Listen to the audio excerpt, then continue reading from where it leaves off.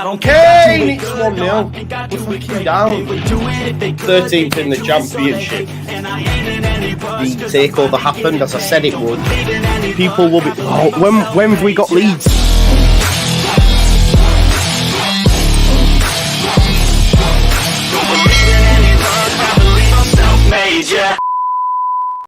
It certainly has, folks. I put it in the air fryer as you suggested, by the way. I was going to put it in microwave, but I went for the air fryer and it's absolutely banging. So big up to you all. Sorry for being a little bit late. Welcome to another episode of The Final Word. We're going to be talking, obviously, about yesterday's thrilling, if you could call it that. Scoreline says thrilling, extra time and all that sort of stuff, but I can't help but feel meh about it, and I'll be interested to see what these folks have to say about it. But we have confirmed tonight that we will play Chelsea. I did put a poll in the watch along, who would you rather face? I think we all felt Villa was going to win, but I think we all went, yeah, we'll have a bit of Chelsea. It's rivalries resumed, if you like. So that to look forward to. Or is it to look forward to? Because it now means we've got 5 games in February still. And we're, a week in and we've still got 5 games to play. So it's not ideal. We're talking Saturday, Tuesday.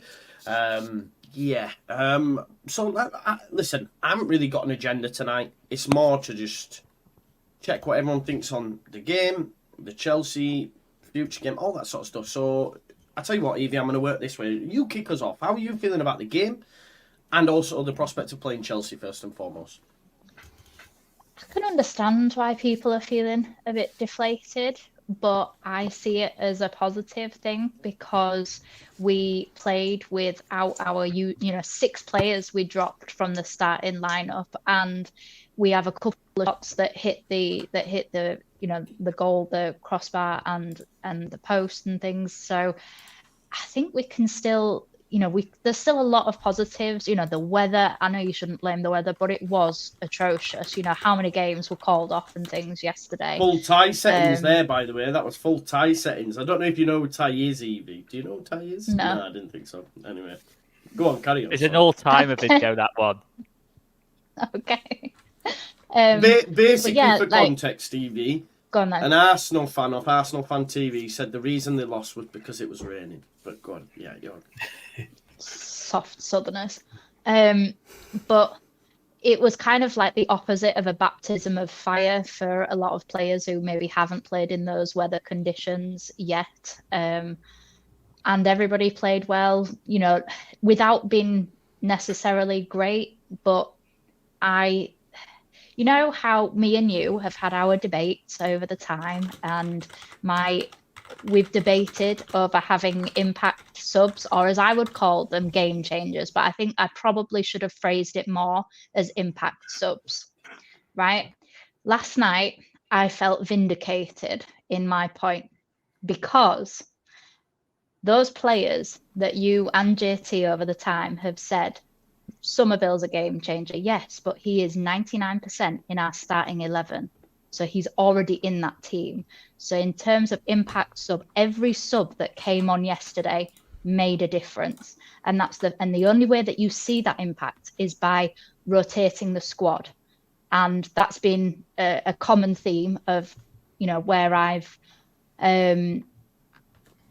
gone in terms of Farke needing to maybe use one player every other game to rotate so that they're fresh in the squad and that they know the game plan. If you keep on relying on the same 11 until somebody's injured, then it's only going to be the starting 11 that make a difference. So I do think that because we got to see Somerville come off the bench, he was an impact sub. So therefore, we do have game changers, but only if Farke is willing to rotate the squad. Whereas Somerville, 99% of the time, is in our starting 11. And the players who started yesterday, up until this point, wouldn't have been match sharp in order to change the games because they haven't changed any game that they've come on in so far this season. Yes, that can be said that Farke doesn't make his subs until too late, but sometimes he brings them on with 20 minutes, and 20 minutes I think is still enough time to change a game. So I think because of the rotation, we now have impact subs, but that is why Farke needs to rotate more. because of the fact that by not starting Somerville was able to make an impact. And, essentially his goal won us the game because it just knocked every ounce of confidence out of Plymouth. They'd fought valiantly until that second goal went in, and then they were done. They were spent, and our fitness shone through there.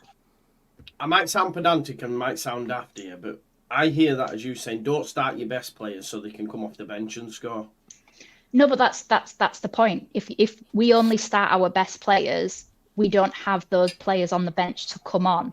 We don't, because so far those players that all started yesterday, whenever they've come on at a time, say 80 minutes, they've not changed a game. So in terms of an impact sub, we've not had that available to us because our best players and the players who maybe can change a game have already started in the game. So they can't go off to come back on again and change it. So that has always been my point, is the fact by starting that 11, we don't have the depth, or at least I would say the only time we've had an effective person that's come off the bench was in the Millwall game when Dan James came off the bench. He is, for me, the best impact sub that we have, but because he's been so effective this season, he's in the starting 11. Yeah. So that, for me, that's where my point is always. Maybe I've not kind of showed, no, I get it. Explain that as well as I possibly could have done, but that's always been my point, is that our normal bench doesn't have those players on, because our normal bench is filled with all of the players that we started yesterday. Yeah. I think for me, and again, I hear what you're saying, Evie, because now we're seeing Nonto, you've got Gruyev, you've then got Strout to come back, so you're like, well, where's he going and who's moving? So that means there's more place on the bench for whoever drops out. If that's Strout not getting in, if that's Ampadu or Gruyev dropping out, I can't see how you can do that. You've then got, right back now with Gray, Roberts, and potentially Byram, because I thought outside of Gruyev, Byram was my man of the match yesterday. I thought it was phenomenal the way he linked up with Nonto. He was key to Nonto's goal as well. So I would also say as well, though, I think Fark has to be given praise for that, because I think as well, okay, people would have liked to have seen it sooner, but it's almost like he's, maybe I'm giving him too much praise, someone can tell me, but it almost feels like it was always going to get to this point. That's what I said about the crescendo the other day. You were talking about the chili and stuff, Yeah. No, it was a great analogy, though, it was. It was a great analogy. That's all I've been thinking about since his chili, to be honest. Oscar, have you got any thoughts on the game? And also that point that Evie makes, is the squad now being utilised so that whoever plays, we go, do you know what, we've got enough?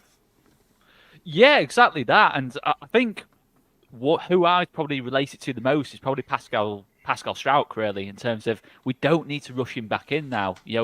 I've seen a lot of talk about, Ampadu's doing so well at centre-back, he's got to stay at centre-back for the rest of the season. Well, no, let's just calm down a little bit. Calm down. We've got about 20, maybe even 23 games left this season. Who knows what we're going to do in the Cups and maybe even the playoffs? Who knows? We'll wait and see on that one. Hopefully not. But we're going to have to use the squad. There's no question about it. And I think slowly, you're starting to see, obviously, Nonto get back onto top form, because he's been rotated in. I think the Dan James injury has given us an opportunity there. All of a sudden now you've got a debate between Nonto and James. And I totally agree with Evie. I think James off the bench is a phenomenal option. But I also think Nonto can now be a great option, because we know on the right and the left he can be very effective, or maybe even in a 10. Who knows, if you need to take off Rutter at some point in the game. It's good to have options. But midfield-wise, we saw Archie Gray go into midfield yesterday and he was outstanding. We forget he's a midfielder. So you've got options all over. Don't tell Joe that. I know. I deliberately dropped Archie Gray in there, waiting for that little Wayman bite. But obviously then you've got Connor Roberts or Archie Gray. So there's options there. It's good. We are going to have to use the squad, and we know that. But in terms of the performance, I thought it was a typical cup tie, really. A typical cup replay where neither team wants to go extra time. It turned into a bit vibesy, to be honest, the game. It was just, it was sort of toe to toe. Both teams went at it. Fair play to Plymouth. You know what? I like the way Plymouth play. I quite like the team they put together, and I think they'll definitely stay up. And you got to give credit to them. And that's going to be a tough game going back there in 10 days' time. I'll say that much. But Yeah, in the end, second half of extra time, I thought the quality told. When we had the extra quality on the pitch in Somerville, Rutter, and players that are used to playing together. In terms of we had our usual front four. Well, minus Dan James, we had our usual front four finishing off the game, and I think it really showed. Midfield, I thought was good as ever. Kamara and Gruev, but that's what you expect really now. It doesn't even really need mentioning too much because their standards are 8 out of 10s. And Oscar, he dropped Ampadu. I genuinely didn't think he would ever do it. Ever. And he did, man. I know. It's and it's one of those. It was good. It was a good opportunity to take. We had to do it because Ampadu, has played literally every minute of every game. I don't think he's actually been subbed off, as far as I'm aware.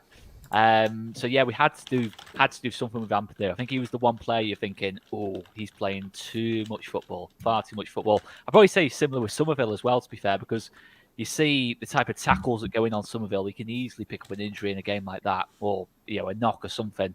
So it's always best to wrap Crescencio in cotton wool whenever we can, really. But yeah, I really enjoyed the game, to be honest. I've liked the way the refereed it. I don't often praise a ref, but he let it flow. It's like a 90s, early 2000s kind of game. Just tackles flying in, advantage being played. Yeah, I enjoyed it. Good game. And, I think last thing I'd say about the game is Plymouth play quite openly, and you can see what we can do against teams like that. You give Rutter and Somerville space. In half an hour, they absolutely destroyed Plymouth, if we're being honest. So we know Rotherham won't do that. We know Rotherham will make it a lot more of a bore fest and try to, but as soon as the game opens up, Somerville and Rutter, my word.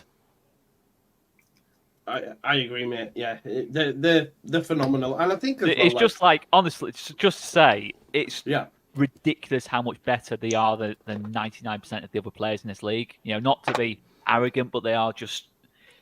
It's not even like the goals and assists and the stats and that. Like, just certain things they can do with a football where you're thinking that's just too good for this level, and that's a cheat code, really. But we're using the cheat code. Yeah. It almost feels like genuinely, like Rutter specifically looks like he's playing at the park with his mates and just having fun. Do you know what I mean? There's no pressure attached to it or anything, and it's class to see. Jay, I know you can't remember much on the game, but I tell you what, I'm. Oh, he's frozen. Oh, he is there. He's frozen. I'm going to switch the narrative round a little bit because we've spoken about it, and Oscar mentioned a few players. Evie's mentioned a few players. Ampadu not being pensioned. Like, Barker has so many selection dilemmas now. Like, we have right back, we have centre back when Strout comes back. You've then got midfield because I think previously Farker's almost been a little bit reticent to play Kamara and Gruev, and he's played Ampadu and Gruev, and then yesterday, like, you know what? Now I'm going to go Gruev and Kamara, and then he put Gray in there. So it's almost like we've got selection issues there. Then on the right wing, you've got another selection issue because Nonto's got 2 in 2, and if he continues in this form, James gets straight back in. So how do you see it panning out, mate? Like who's going to be at centre back for you? Like let's start there and we'll move round. Who's going to be at centre back? It's easy for me at the moment. It's still Rodon and Ampadu. I don't see a better combination at the club. Yeah, it does. Let's chat about that then, because there still seems to be a narrative from a lot of the fan base that Strout has to come in. Strout was made captain. I don't know where I land on it. I love Pascal, by the way. I absolutely love him, but we don't have to rush him in, though. That's the thing. We don't. One thing you don't do is rush him in, and then all of a sudden you have to play Ampadu there. That's what if he's fully fit, I agree. By the way, I get him. You would, yeah. For the time being, certainly next couple of weeks. Maybe look around that Leicester game, maybe change things around then. I think if it's not broken, don't fix it. I'm a little bit of a believer, especially at this time of the season when form is so good. And I'm going to get absolutely annihilated by the Strauch Avi Twitter brigade on thinking. I've seen them. I've seen them. I am scared now. I'm scared for my. All I'll say is, Oscar. Now. All I'll say in response to them, if they are watching, is what league's Lewis Bate playing in now? I think Strike's going to want to get back in, obviously, but I think that it's what sort of message would it send if Ampadu, who's played so well there, were dropped for him when he's back? But I don't think he would drop him though. Then do you not think he moves him into midfield? But then how can you drop Gruev? Well, that's the problem, isn't it? I think he probably does do that, but yeah, Gruev's the last guy to be dropping out of the midfield at the moment. So, I mean, I don't know which way he's going to go. It's going to be fascinating for us to watch, and you know what we're like. Everyone's going to have an opinion on it, whether it's right or wrong. But 100%. He's done all right so far for me. So Yeah. I'll stick with trusting him and see where he takes us. Yeah, I agree. It's mad because when you actually think about it like that as well, so like Strauch's was his captain or is his captain. When Strauch's not fit and Cooper's not playing, it's Ampadu. So you're like, well, you'd think he puts them to him, but then just how can you drop Gruev, Joe? I'll come to you now. Like, it's genuinely, for me, I'm like, even I can't decide. Because I like them all. I love Gruev, like, really love him. I went early on him and I feel vindicated like Evie. And I was like, yes. I bet you were a bit worried after that Stoke game, weren't you? No, but he's just phenomenal, isn't he, man? He's phenomenal. What a player. But yeah, Gruev, Ampadu, Strauch, like, before we even move on to right back. But what happens for you there, Joe? It's such a difficult decision, I think. I think Daniel Farke doesn't strike me as the kind of guy that's like, okay, I will drop you because you're one of my favourites. He seems like the kind of person that will say, well, no, you have to earn your way back into the side. You dropped out. He's played really well in the meantime, so Pascal, you've got something to prove either in training or if you rotate in off the bench or something like that. I don't think it's going to be an immediate, like, right, Pascal's back, Ampadu, midfield, Kamara, maybe you get dropped, maybe Gruev gets dropped. It's the same way as he said that Roberts would need to sort of prove himself in training and stuff like that, in that he's not just going to say, well, we'll drop Archie, because Archie's got a pretty good track record in the past few months, and Connor Roberts is new to the club, in the same way that we've not experienced Strauch after this injury. You never know, it could affect the way that he's running, he could be a little bit more scared in a challenge. I don't think these things are going to happen, but they are things that potentially you don't want to mess with. So you want to sort of get a little bit more experience going, and eventually he'll rotate back in if something happened. I think Farke mentioned at some point earlier this season, rotation isn't something that you just do game to game. It's not a, for this match you're out and you're in, although that did happen in this FA Cup match, but that feels a little bit different. It's more of a, okay, we've had a run of 5 games, you've got a little bit of a niggle, you take a couple of games out to recover, you come in. And I think that's a little bit of a better way to do it, because it means that no one is like guaranteed game time, and it means you're always getting your better side out on the pitch. And I think that also is how you breed the game changes in the way that Evie has mentioned. Competitiveness, right? Yeah. Like I did a video a week or so back where I was saying Nonto literally changes the game compared to James because he plays in a different way. But in addition to that, Nonto is now coming into form, which makes him a genuine competitor for James's spot. So if James wants to play, James has to also play incredibly well to get in over Nonto. And I think that's how you get into the position of building those sort of game changes. And it's something that happens over the course of the season, because we had a very threadbare squad at the start of the year. And you're never going to have Pervader feasibly being, well, if Rutter gets injured, Pervader's the game changer off the bench. That's not going to happen. But we've just sort of built up as we've gone, and it's sort of become okay again, I think. Love this. I remember using that word in one of my uni assignments, actually. It's a very good word. You've not used it since? No, definitely not. Apart from today, There's a reason you didn't pronounce it. Yeah, but no, he has a very... Stop! You've got me there! Wait there! I'm not a dad, man. He has a very... you've got me, mate. Let's move on. You've done it. Yes, yeah. Metro... No, stop, Joe. Stop. Joe, I'm going to put the pressure back onto you now after that. Oh, shit. Who is your best... What is the best back four for Leeds, in your opinion? If you had to choose tomorrow, they said, right, we're playing Chelsea, pick me your best back four. Who is it? From choosing tomorrow, it's got to be great right back, because he's been consistent, been reliable, and we don't know how Roberts plays. Again, that's on the Farke thing of you need to sort of push your way in. Yeah. Centre-backs, I'm probably going Ampadu and Rodon, because since the turn of the new year, when they've been the back line, they've not really conceded at all. Also, I had a fun little fact about that. Since, I think, mid-October, when Ayling last played for us, every single one of our captains has played at left centre-back, off the top of my head. And left-back, you got to go Firpo, really, because he's been really effective going forward, and he's also done the defensive stuff, but even on the occasional day that he doesn't, we know we've got a nice firm midfield there, including... Right, we call him Gruev or Groif now. Gruev, I'm not having this Groif. Jonathan Pearce has I go more along confused me a lines of bit. goats, to be honest. Go on. Do you know, someone actually commented on my video, right, and it made me laugh, because they've obviously missed the bit where Baron Cross was calling him Groif, and genuinely, the comment read like on BBC they were saying he played like Johan Cruyff and actually started calling him Cruyff. I was like, no. But yeah, it was just funny. But yeah, Gruev, I like me. You got to feel the Gruev. You know what I mean? It feels like a bit that. more Eastern Absolutely. European, doesn't it? It suits him a little bit more. Bit more grizzled. Yeah, it definitely is, isn't it? Yeah, the Bulgarian brute, isn't it? That's it, yeah. Yeah, man. That's what Royf I'm doesn't saying. sound like a guy that wrestles bears naked in the woods. Exactly, bro. Groif sounds like the kind of guy that can pronounce meritocratic without any problem. Oh! He was dying to work. He'd been dying to get I just out. had to squeeze it in somewhere. Fair play, mate. Fair play. I even yeah, I'll still struggle. It is what it is.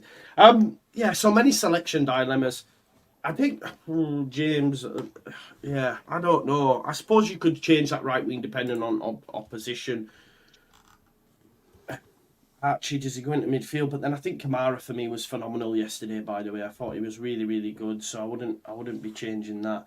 Yeah, it's really difficult. I wouldn't want to be Daniel Farke right now, to be honest. But listen, we've progressed, right? We've progressed to the 5th round. Happy days. We've got Chelsea. But before we do move on, I do want to talk about a perceived negative, or what could be a perceived negative, and that's Ilya Meslier. Because, you know, I had a bit of a running joke last night. I don't know if you've seen the Enzo free kick. I said Leeds fans would be saying, how's Meslier not got near that? His positioning's all off. And Enzo's basically put it on the postage stamp. But genuinely, Leeds fans would find fault with that. Does anyone believe that he was at fault for that goal? Or should he have done better? Anyone? It wasn't just Meslier. No. You know, I think it's. I don't think you can just put it. It depends who's lost the man really in the box. You know, I think I'd probably be looking at them. Well, both men in the box because they basically played a 1-2 to each other in a 6-yard box. So maybe you can say Meslier could command that situation better. I personally think if you're looking at Mellier's weaknesses, it's probably situations like that. If you're being super critical, he does have weaknesses. Yeah, I think his shot stopping. Yeah, there's moments where he makes mistakes, but I think in general, it's okay. It's fine. You know, I think it can be better, but certainly on 1v1s, that save against Bristol City, you're not really surprised when he saves ones like that because he just judges them, spreads his body well, and dominates those situations. But I think that's his weakness. Is those kind of situations, those kind of crosses into his 6-yard box where it's like, will he, won't he? Kind of go for it, and I think it's something that can be worked on. But I can't totally say Meslier was blameless on that. But I'm probably still more looking at the marking on that goal more than anything, to be honest, because it shouldn't really even lead to that in the first place, to be honest. It's even when it's met by Phillips, the first header. Rodon or Cooper or whoever it was hasn't followed the man in, so he's got an easy tap in. Do you know? They're more to blame for me. I think they can see the situation developing. Mellier's got a split second to the side to either come for the cross or stay in his line, and in the end, he kind of it happened. Listen, you see that goal happen every single week. Those ones where the keeper kind of gets stuck in between the two. I think the thing with Meslier, I can just say, just to slightly take us off topic, I think it's Hermansen at Leicester. I think it's not helping things because he is just absolutely ridiculous. I've seen a lot of the talk about if Leeds had Hermansen in goal, we'd be on the same points as Leicester and things like that. And listen, he has been exceptional for Leicester. It feels like he's kind of the benchmark, but he's a top 10. I've watched him a few times. I'm not too convinced about his distribution. Mate, you've seen some of the saves. Maybe not so good with his feet, but... Oh, don't say the word distribution to me. I've looked through so many numbers to try and prove that Meslier is completely fine and everyone's losing their head over absolutely No, I'm talking about Hermansen here. I know. Just the word distribution set me off. But I'm sorry, mate. You can't have your Leicester agenda and say Hermansen's not good. I didn't say he wasn't good. But I wouldn't say if we had him in goal, we'd suddenly be top of the league. No, I'm not agreeing with that. By the way, I'm just saying that's some of the chat I've seen has been that, and I think the comparison is with Hermansen. But you look at we have to remember in the Championship, players aren't going to be complete in the Championship. Not every player is going to be at the standard of Somerville and Rutter. Of course. Rodon and Ampadu. It's just the reality of it. Dan James, I think, has been great this season. He still has weaker parts to his game.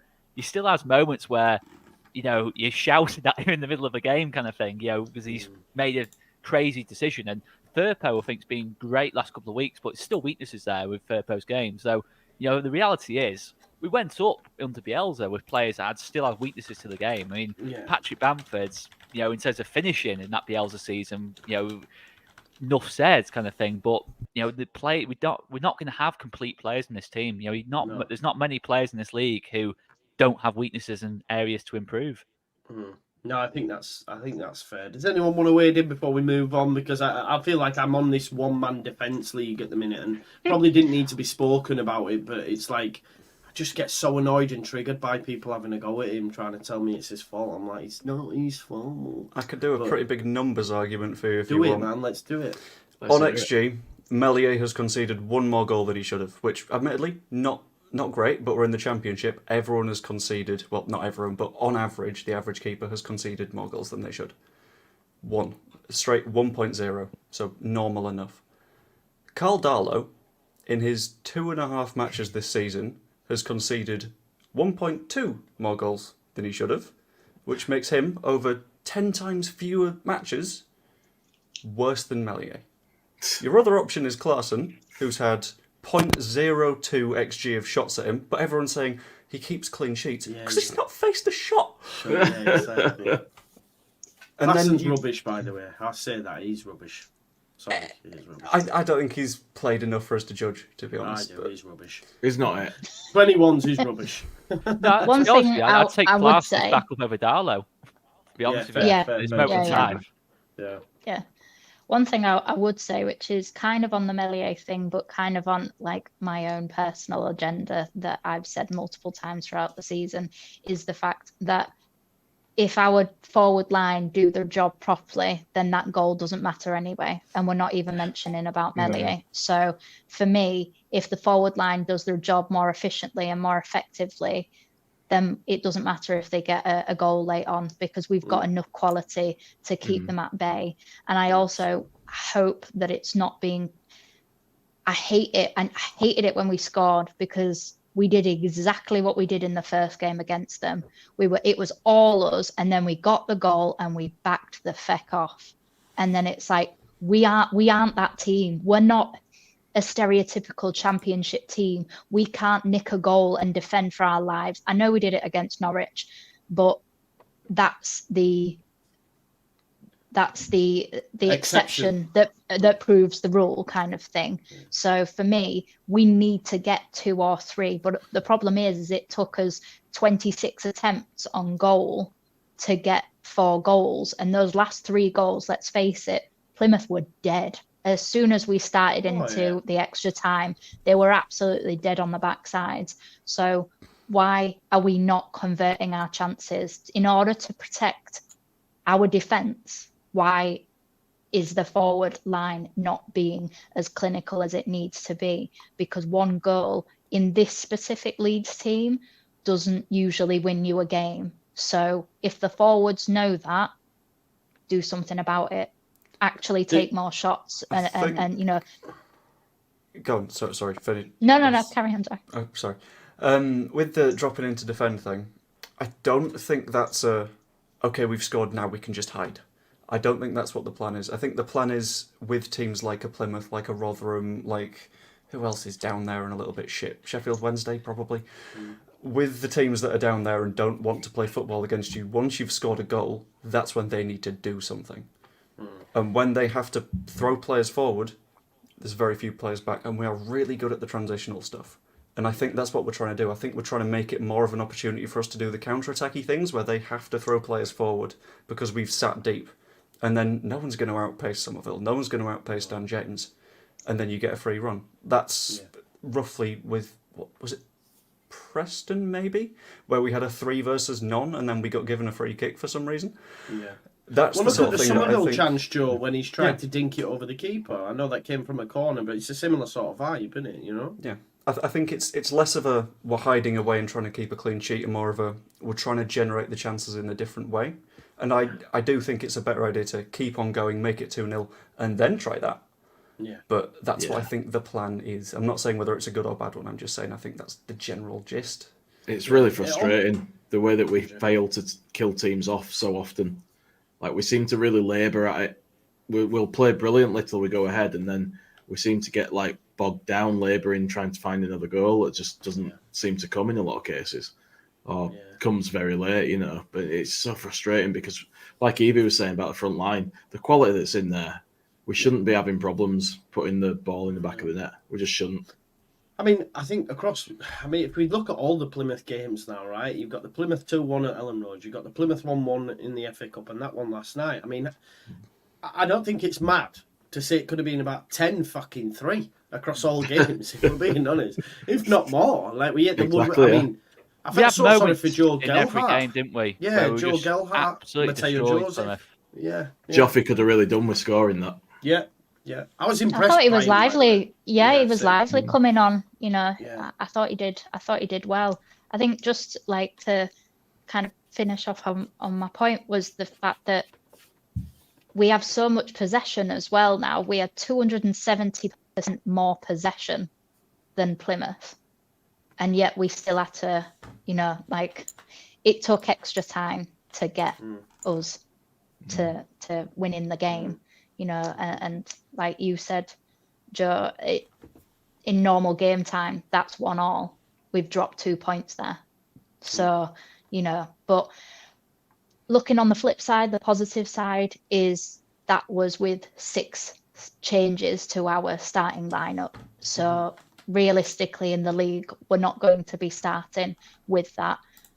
Although I do hope Joseph does get more minutes, because I did think that he held that, you know, for somebody so young and really so kind of little minutes and quite naive to the league. I thought he did really, really well. And I was gutted that we didn't get that corner, because the goalkeeper got his fingertips to that and pushed that over the bar. So that should have been 100% a corner. But yeah. Not that we'd have done all from them corners. We were shit. No, corners, I don't understand. I don't understand. You know, it took what 115 minutes for us to get an own goal off a corner. 16 corners. They were that bad last night. I'd have rather seen Harrison and Aronson doing this at the. I think get them two lads in. It doesn't make any sense why we're so bad at them. You know, we've got the signal of doom. But you got Rodon to aim at, Cooper to aim at, who played yesterday, Pascal when he's played, etc., etc. You know, Connor Roberts coming in. We should be, Kamara. 100%. We shouldn't be bad at Pirot as well. Yeah. Bamford. I'm listing out all our 6 foot plus players, by the way, but we shouldn't be bad at them. It's not like last season when we had 0 height in the team and 0 quality in the delivery. We've got that now, so it's just a Leeds United things, isn't it? We've not been good at corners since Ian Hart, basically. No, Dan James and Somerville have got a load of headers, to be fair, this season, and they're 5'6", so it's not all about the height, but it's just frustrating when we get given any sort of set pieces. And this is what I mean by we're not a typical championship team. We don't have somebody to do long throws. We don't have those people who the ball just hits any part of their body and it ends up in the net, like a kind of Kiefer Moore type character. We don't have that. We don't have those stereotypical. We've got almost a really low end, obviously, but Premier League team playing in the Championship. Our players, a lot of them, aren't built or aren't schooled in a Championship way, and a lot of these teams that have beaten us by playing like a Championship team. We try and play like a Premier League team in the Championship, whereas the ones that have beaten us are the ones that play like Championship teams, and we don't often know how to counteract that, and those are the silly goals that we concede. That's changed. Oh no, it has. I'm just meaning in general. It's just an in general thing. But that was a set piece yesterday, and there was, like Oscar said, there's multiple people that led up to the blame. It wasn't one individual's fault. We win as a team and we lose as a team, and we conceded that goal as a team because there was multiple failures in that setup. But we're not good really at either end with set pieces. We've got better at defending them, but we're still not any better really at scoring from them. That's the problem as well. We've got 2 centre backs in Rodon and Strout that are shit in the air, in my opinion. Attacking. Strout scores goals, but he only ever scores goals when it's on the floor. Where's If David it is- Weatherall? Tell you when you what, need- Joe, you're taking Go some on. risks with your Twitter DMs, mate, with this Strike Brigade, because you are, you know what I mean? You are really pushing it there, son. No, what I'm saying is, bro, like I always say, there's a lad who's called Sascal Prowkin here who's actually got a picture of Crichton as his thing, because I said he's got a 50p head, like Crichton. Because whenever he heads the ball, Strauch, it never goes on target. But when it actually is on the ground, he's a great finisher. I love Strauch, but it's just like, and Rodon's, I don't think he's got one on target yet. Do you know what I mean? So that's the only problem. I remember Janssen, I remember Bartley, I remember these lads just coming in and going, crash, you know what I mean? And that's something we do sort of miss, but yeah, it is what it is. We've scored a couple from corners, but I can't remember many headers, if I'm being honest. I don't know. Is this the moment where we put Charlie Creswell into the team? Yeah, well, bro, he would find them though. He's sick in the air. He's like crash defender. Bang, He's a big you know lad. He what I can mean? steamroller people. Yeah, that's what I'm saying. That's what we need. Yeah. We do need that. Joe, you touched on something before we go live, so I just want to put this out. Pirro, discuss people. Did he have a good game? Didn't he? Can he play in the 10? Can he play in the 9? Can he play anywhere in this Leeds team? What is it? He's an enigma right now. But he has still scored 10 goals. So like, we need to be careful of saying like he's shit. You know what I mean? I don't understand what he does, but what he does, he seems to end up eventually putting the ball in the back of the goal. So you spend 89 minutes going, "What are you? Why are you there? Kick the ball hard, preferably in the direction of the net. It might be okay." And you spend the entire match just when he's playing in the 10, looking at wingers doing nice little overlaps and the fullbacks making themselves available, and he just takes a little bit too long to play off a ball, or he'll end up like delaying a shot so it ends up blocked. And you spend so much of the match going, that could have been a chance. That could have been the one that seals the game. But eventually he'll just sort of do one of his late runs into the box and slip one home, and you're like, well, I still don't know how I feel about Joel Peru. Because I don't think his positioning is as good as Bamford when he's as a number 9. I don't think Bamford's finishing is as good as Peru's, but I think his positioning makes up for it because he sort of creates chances with his own movement, not just for himself but for others. Like the Nonto goal earlier in the week came from Bamford nicely dummying it, and then Nonto suddenly 2-on-1, dribbles past, finishes.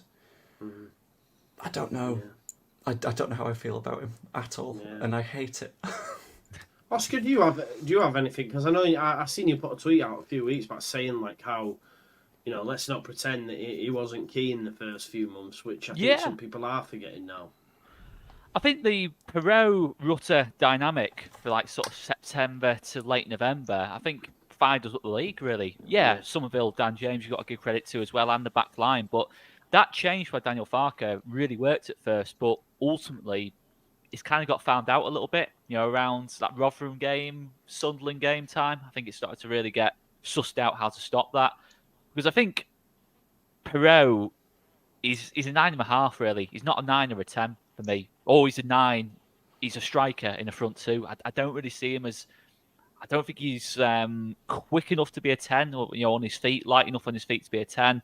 I don't think he's disciplined enough to be a 9 because he doesn't stay in the box and get on the end of crosses and cutbacks, etc., etc. And you know, he's not Bamford like in that kind of sense. But I still think there's a lot of quality in there. I mean, listen, he was frustrating last night, no question about it. But there's still a couple of moments where that strike that hit the bar, you're thinking there's not many players in the squad that can do that. You know, maybe Somerville who can strike the ball. He that almost cleanly. picked one out in the corner as well, but the defender gets it. But he was just going to pass that straight into the corner. That's it. I think he's always a threat. You know, I think even if he's having an absolute stinker, 4 out of 10, 3 out of 10 stinker, you never surprise when he's on the score sheet. You know, I think he's got 10 goals this season.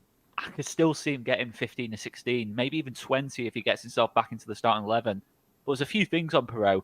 The standard, as I said on All East TV last night, the standard to get in the front 4 now is so high. The fact that Nonto has put in the last 2 performances he has done and is by no means guaranteed to keep his place when Dan James is back available shows, you know, the standards now. You know, in terms of Joseph, had a good game last night, but he didn't do anything close to enough to really threaten Bamford. So you've really got to pull something out the bag to get into this Leeds team at this moment in time, particularly in a 10 role, because you're not getting ahead of Rutter. So Perot's focus and target has got to be Bamford's spot for me. And for me, he's not shown enough. And yes, Perot's probably the better finisher of the two. Maybe gets more goals than Bamford, but in terms of you saw it last night with how much better we were when Bamford came on. Definitely as a team, we're better with Bamford in the side. But I think Perot off the bench is still a big threat, a great option to have. At the end of the day, he scored 22 and 24 goals in his last 2 championship seasons. He's already on double figures in a kind of a bit part role now in the start of February. He's still a top player. He's still going to produce moments. It wouldn't surprise anyone if he gets the winner against Southampton on the last game of the season or in the playoffs and produces the moment of magic.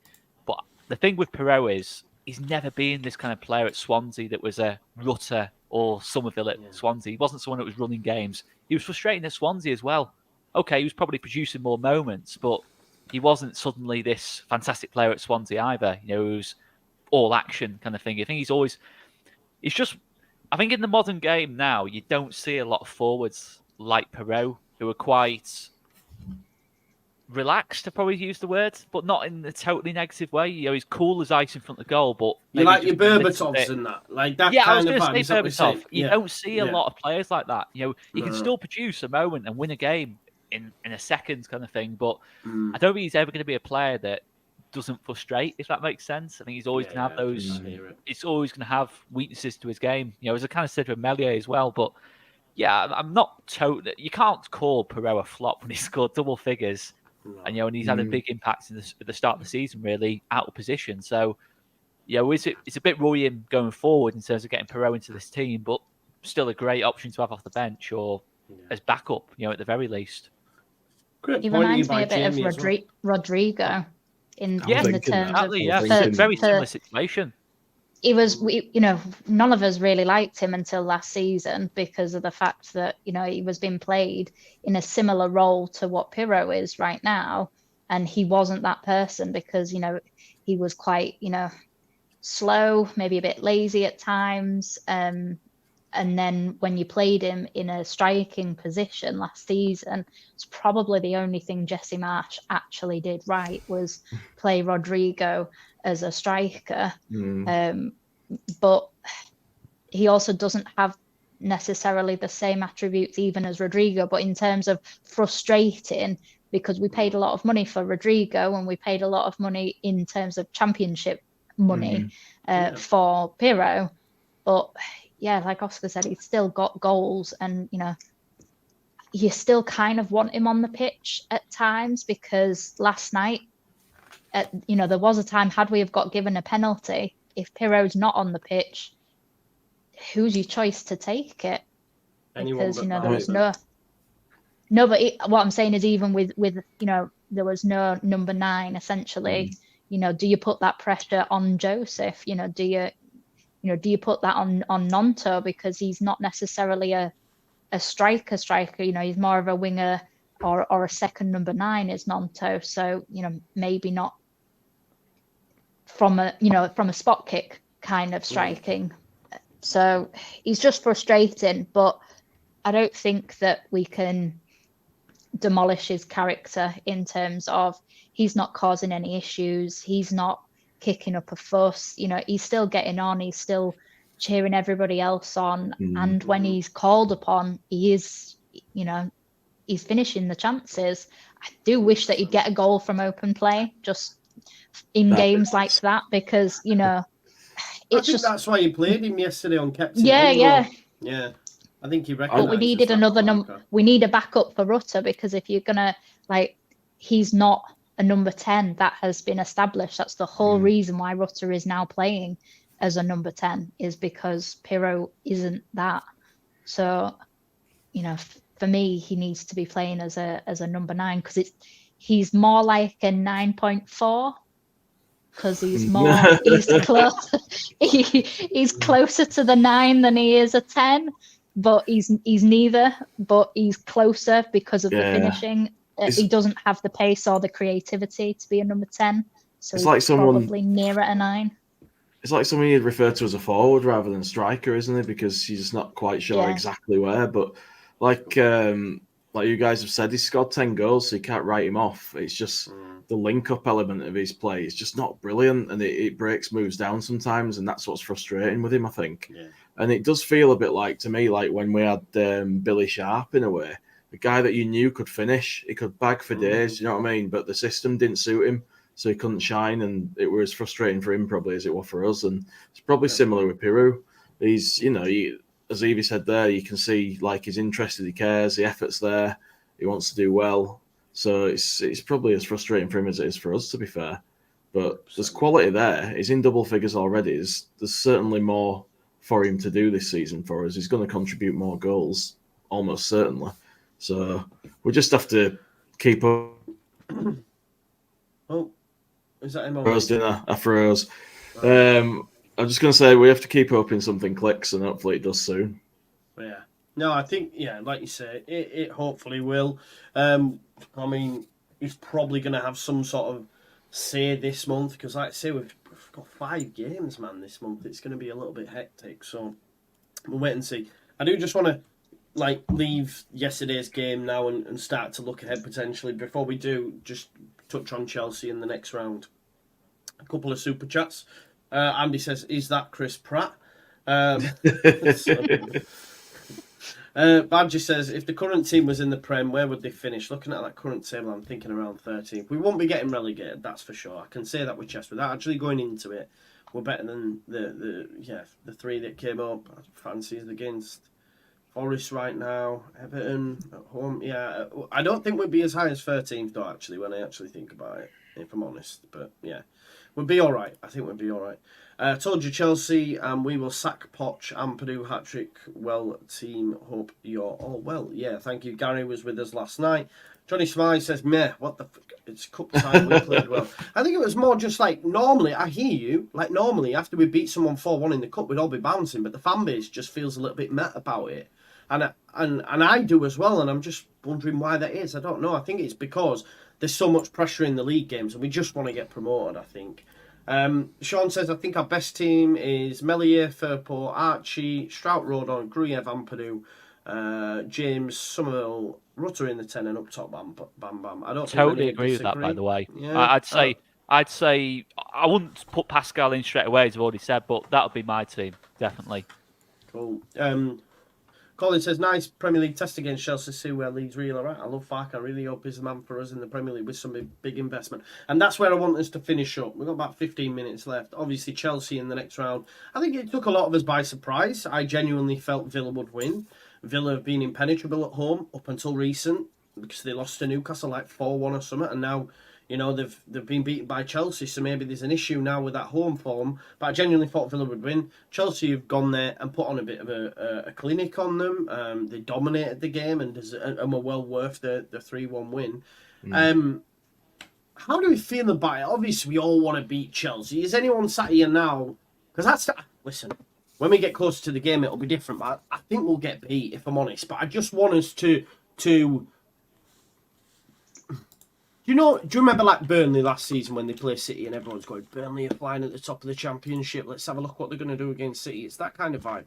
Like Leeds have ambitions to get into the Premier League, so therefore it's like, if we're still unbeaten by that point, which we could well be, having played Rotherham, Swansea, Plymouth, why not? And another, because there's 5, but yeah, it's going to be a big game, obviously from a fan base perspective, but eyes will be on it as well. How do we expect it to go? I'd love to get to a quarter-final, man. Fucking hell. Chelsea aren't City, though. No, I agree. Yeah, I was thinking that, yeah. No, Chelsea are a lot more vulnerable. I'm looking at Thiago Silva. Say if Thiago Silva plays that game against Crescencio Somerville or Dan James. Yeah. There's areas to hurt that Chelsea team, especially Chelsea pick up a lot of injuries as well. There's a good chance. I'm not wishing injury on them, but there's a good chance Reece James and Chilwell. Well, I might do actually. There's a good chance Reece James and Ben. I was a bit soft there, wasn't I? Yeah, we want the whole team injured. There's a good chance Reece James, Ben Chilwell. Poch right back. Yeah, that's it. And Poch, will be under big pressure because they're going to lose that cup final against Liverpool. They're going to get absolutely battered in that at Wembley. So you know what? We score first. All of a sudden, that crowd can turn. So. There's a lot of ways we can hurt that Chelsea team, and they're probably better than us, but they are still wasteful. I still think, they will. It's inevitable they will create chances against us, but they haven't took those chances this season. And although we're not the most clinical ourselves, I still think we're probably more clinical than what Chelsea are at this moment in time. But you've got people like Ampadu going back to Chelsea to prove a point. It's little things like that. Bamford as well. Bamford, yeah. Yeah, of course, Bamford. Yeah, I really do think we can give them a game. I'd rather play Chelsea than Villa, to be honest with you. I think Villa could have been quite a. We're thinking about people like Leon Bailey running at us. I think with the form he's in, I think I'd rather play Chelsea. I really do think we can give them a game. I'm not saying we're going to go there and absolutely cook them, but I think we can go there and give them a good game. I don't think we'll get battered like Burnley did at City, for example. No. And do you know what? He will go first team in that, by the way. Yeah, Barker. He won't. Do you think? He'll see. Yeah, he'll see it as an opportunity. As like, this is a Premier League team. If we win this, we're through to the quarter final. It's a huge, huge shot in the arm. It's a momentum builder. It's a, imagine we're unbeaten, Jay, and we then go to Stamford Bridge and fucking beat Chelsea and we're in quarter final. Yeah. Then we'll be proper buzzing then, won't we? 100%. Rest at Championship be shitting themselves, man. I'd say if we do that, Joe, then by last game of season when we play Saints, they'll be the ones worrying about us. That's what we want. It's true. That's what I'm saying. I agree. Does anyone else have any other thoughts on Chelsea? I'm glad. Oh, sorry. No, go. I'm glad that we're not playing Villa because obviously the last time Archie Gray was in a team against Villa, you had the little rat-faced John McGinn trying to break a 16-year-old's legs. So I would rather not have to face him because obviously I just don't like. I like him when he plays for Scotland, but I don't like him when he plays for Villa. He's one of those players that you hate him, but you would want to have him on your team. Super as well, John McGinn, man. Super John McGinn. I like him, mate. I just don't. I'm not a fan. I don't like him. I think he looks entitled and he looks like he's got short man syndrome because everything's against him. You can't look entitled with a face like his. I'm sorry, he looks like he's been hit by a pan. No, but that's the point. It's like, the world owes him a favour kind of thing because he's so unfortunate. And I just don't want to see him versus Archie Gray. And because I do think that would get personal. And obviously we already have a bit more. Enzo Fernandez, top players. Money laundering operation. There we go. Yeah. They're not. Yes, I mean, when Enzo took his shirt off tonight, I thought it was going to be, I thought he was going to have a message on it. No, he just wanted to show everybody who he was. Yes, I'm a £115 million player, and I scored a goal. I think he's been getting a lot of stick though because he. Yeah, but he deserves it. £115 million player. He's not all that. I'm sorry. Anybody who pays more than 60 million. He's been moderate, but for the price tag, you expect double. Chelsea. Yeah, go on. I feel a bit sorry for players. Somerville was £1 million. Yeah, I feel a bit sorry for players because they don't set the price tags, do they? But people's expectations are totally based on them.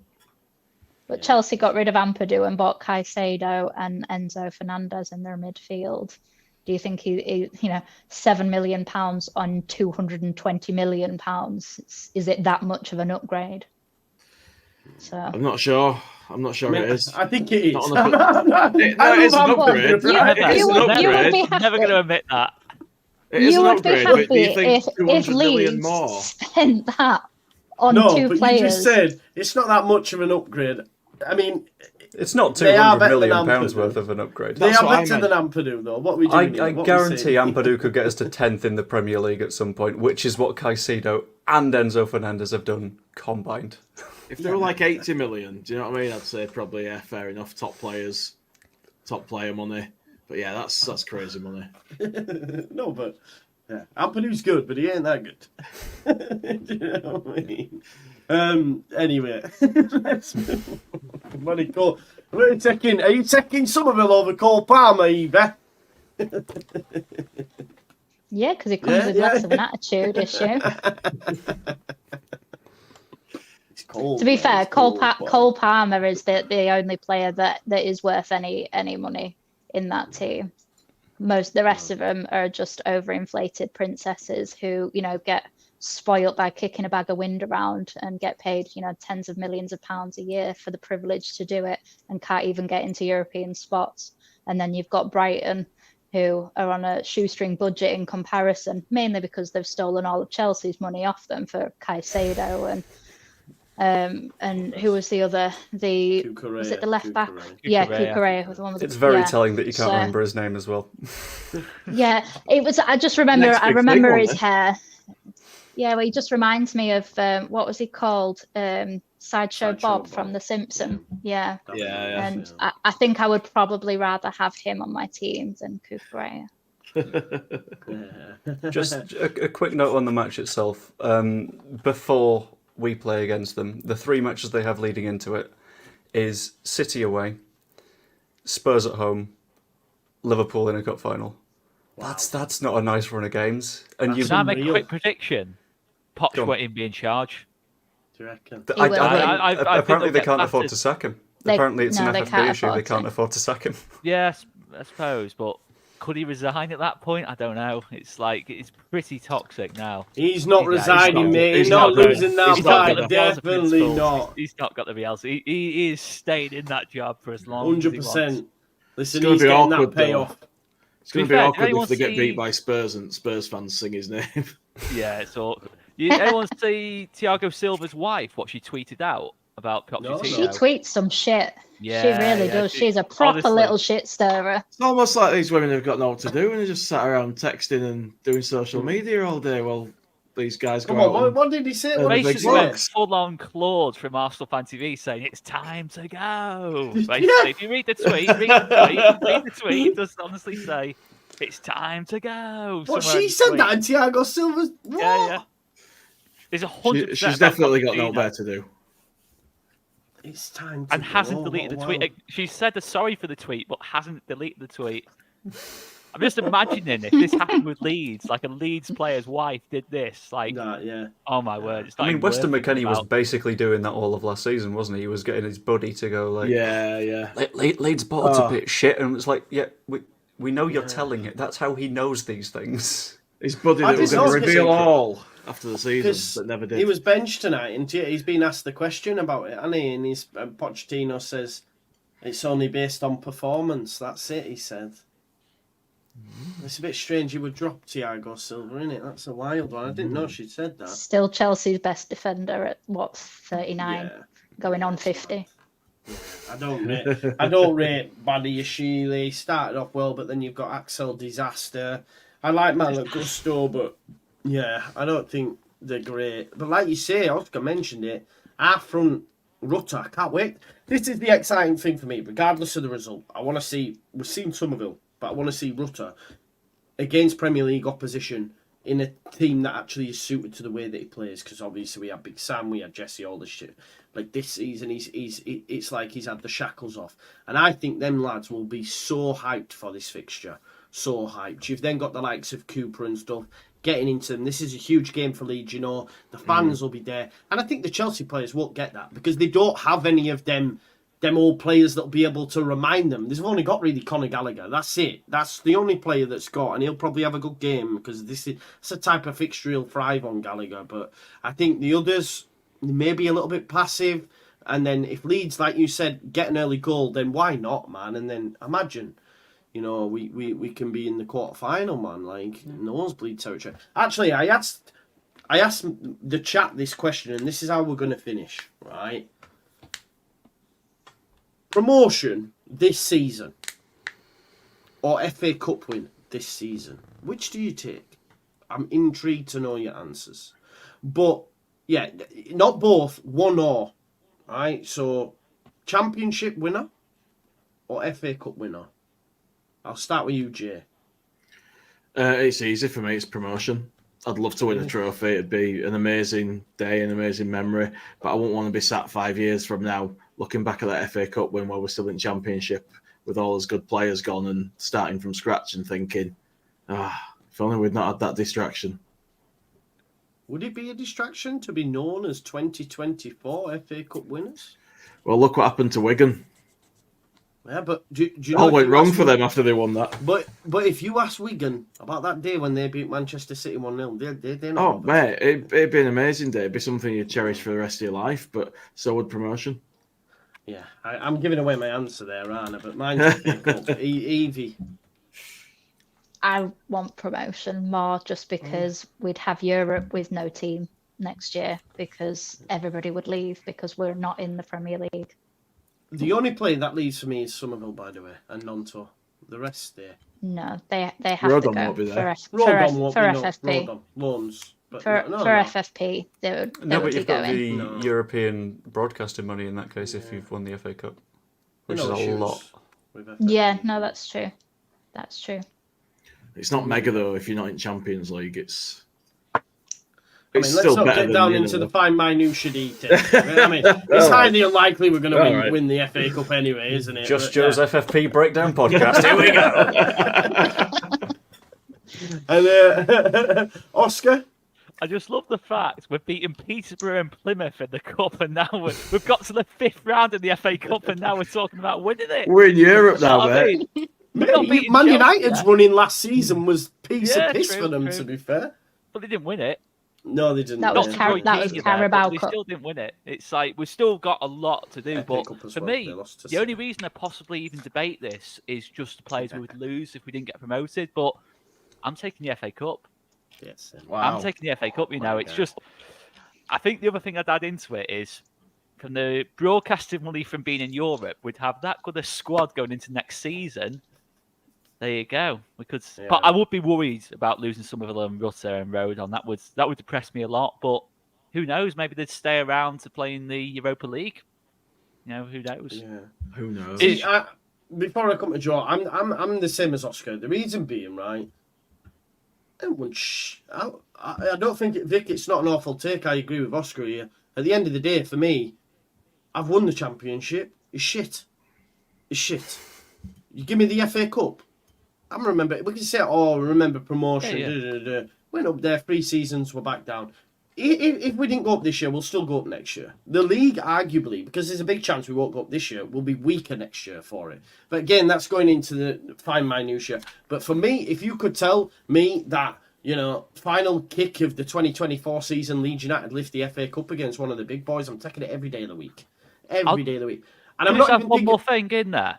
Yeah, go on. 1987, we went for both. And I'm being a bit of a historian here. 1987, under Billy Bremner, we went for both. We got neither. But people talk a lot more about Coventry in the Cup semi-final than they do Charlton in the playoff final.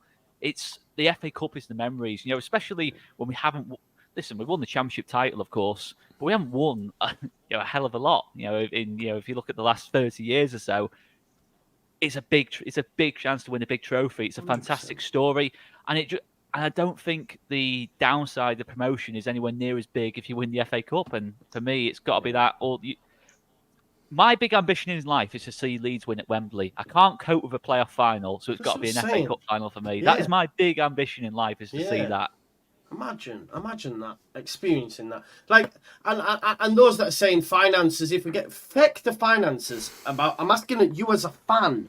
I'm not saying about profit, but that'll be mint for the club. I'm asking for you as a fan. What matters to you? Me and Oscar used to have this debate actually with Locks in our group chat many times because he used to go, I want Champions League. And I'd be like, but bro, you won an FA Cup and Premier League, man. Like, that is amazing. And them Leicester fans that are now top of the Championship, whatever, yeah, they dropped down. We didn't get Champions League. If they get Champions League, they stay in the division, whatever. But they won the FA Cup and the fucking Premier League, man. As Riesdale would say, we lived the dream. You know what I mean? They lived the dream. Joe, come on then. What's your pick? Of the two, I think I'm taking the FA Cup because it's more of a memory, as people have mentioned. There's not only that, but if you've won the FA Cup, it's a lot easier to keep the players than if we just lose the playoff final. But can I paint you a potentially beautiful visual? On the Saturday, playoff final against Southampton, we win. The next day is the FA Cup final. Southampton are still in there. We can fuck them over twice in 2 days. Leeds Southampton playoff and FA Cup final. Let's do both. Let's make them the most miserable town on the south coast. Perfect. Jesus. Or we could And just Sophie make makes a one good winner point. takes all game. Yeah, she says Joe's gone from not caring about the FA Cup to being desperate to win it. It's amazing what a victory can do for you, Sophie, you see. We beat Plymouth away. I need to keep emphasising that. We beat Plymouth away. Would It's you so also true. would you And it was also windy. take would you also take the FA Cup win though if we knew we'd definitely lose Rodon, Nonto, Somerville, Rutter, would you still take that FA Cup win, knowing that we'd start having to rebuild the squad again the next season? Yes. I don't think we do lose Yeah, I Rutter. think I though. would. Would you? It's a FA See, Cup I worry club. about Just the long-term memory future of the alone. club then. But Jay, I get that, what but- have you won in your lifetime? What have we won? Sorry, I froze for a sec. Go on. What in your lifetime? What have we won?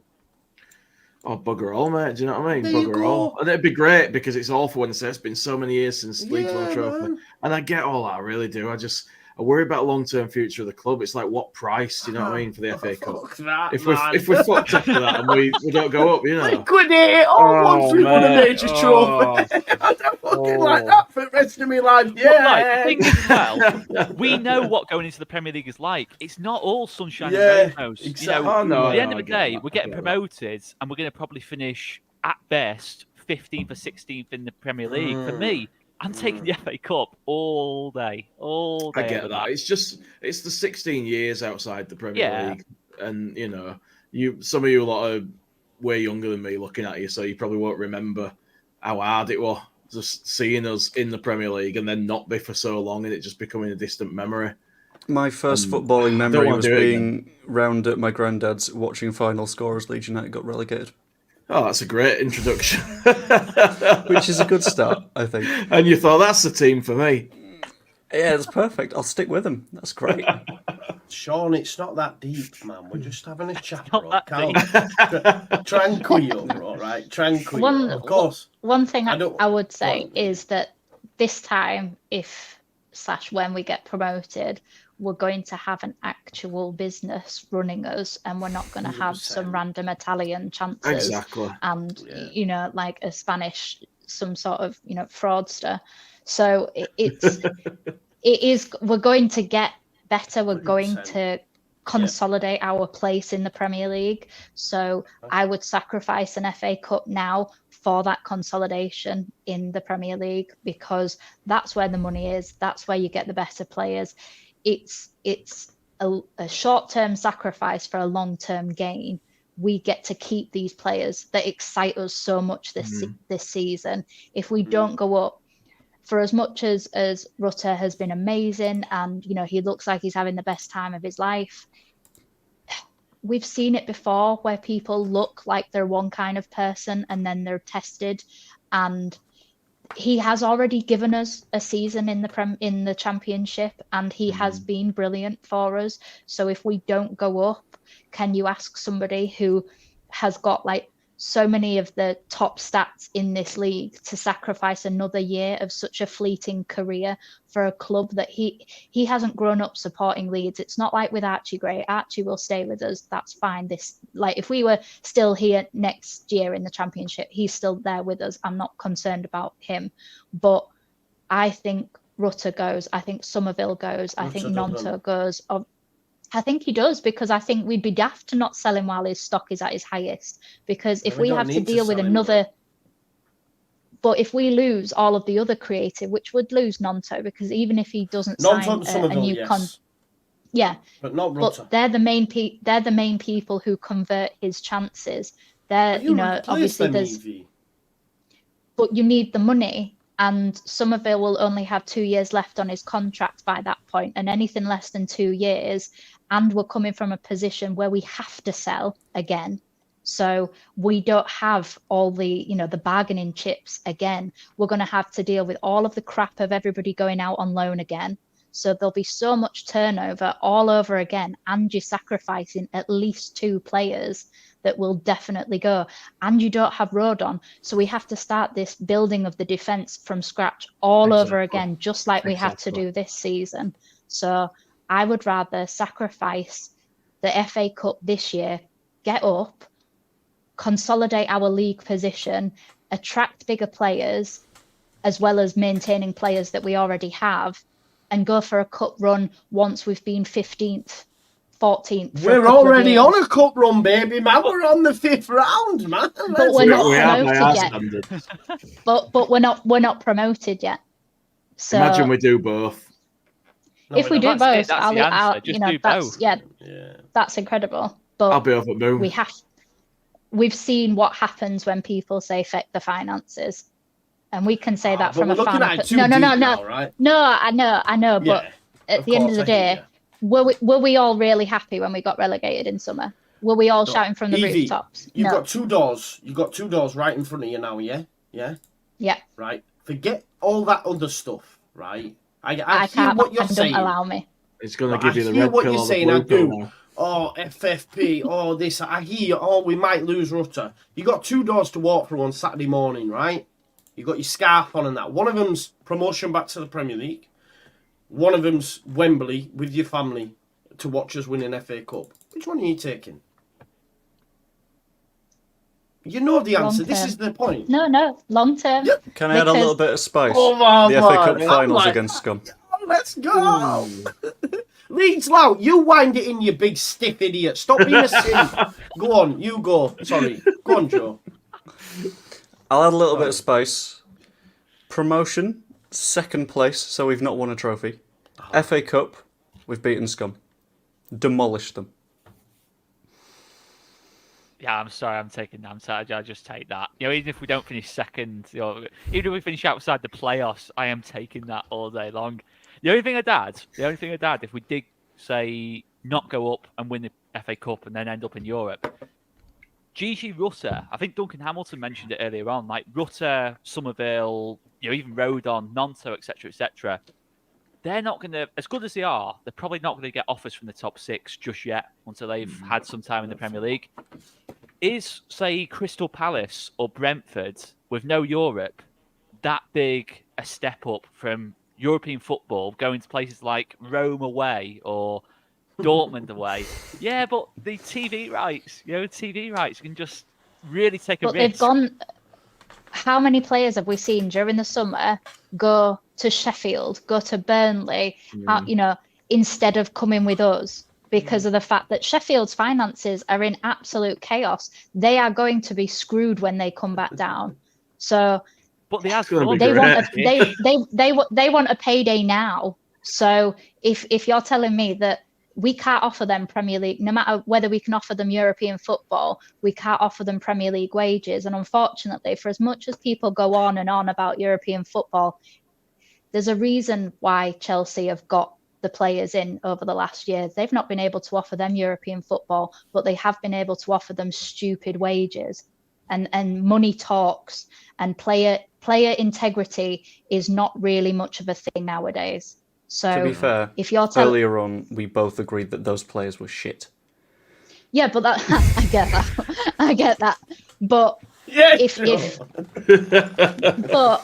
if you're saying that Nonto and everybody won't get in the top six, then there are people like your Palaces that are going to offer them substantially higher wages than we can offer them in the Championship.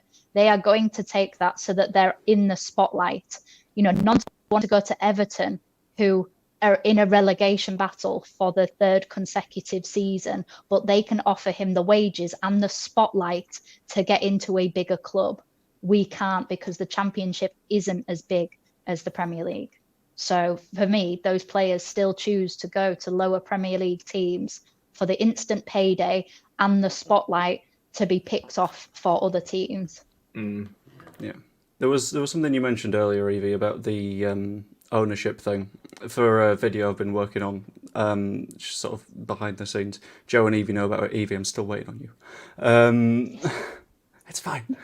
I looked through various bits of ownership over the last few years, and I have to admit, going from administration to, oh dear, Ken Bates is making a mess, to, oh dear, there's some Middle Easterns, but we don't know who they are, to Italian that doesn't know what he's doing. Both of those in a row, no idea what they're doing. It is quite good to have someone that actually understands sport as a thing, as the ownership, and sod it. I think this conversation doesn't matter because we're going to win them both. That's what I'm going with. Let's be optimists. I'm with you. I'm with you, Joe.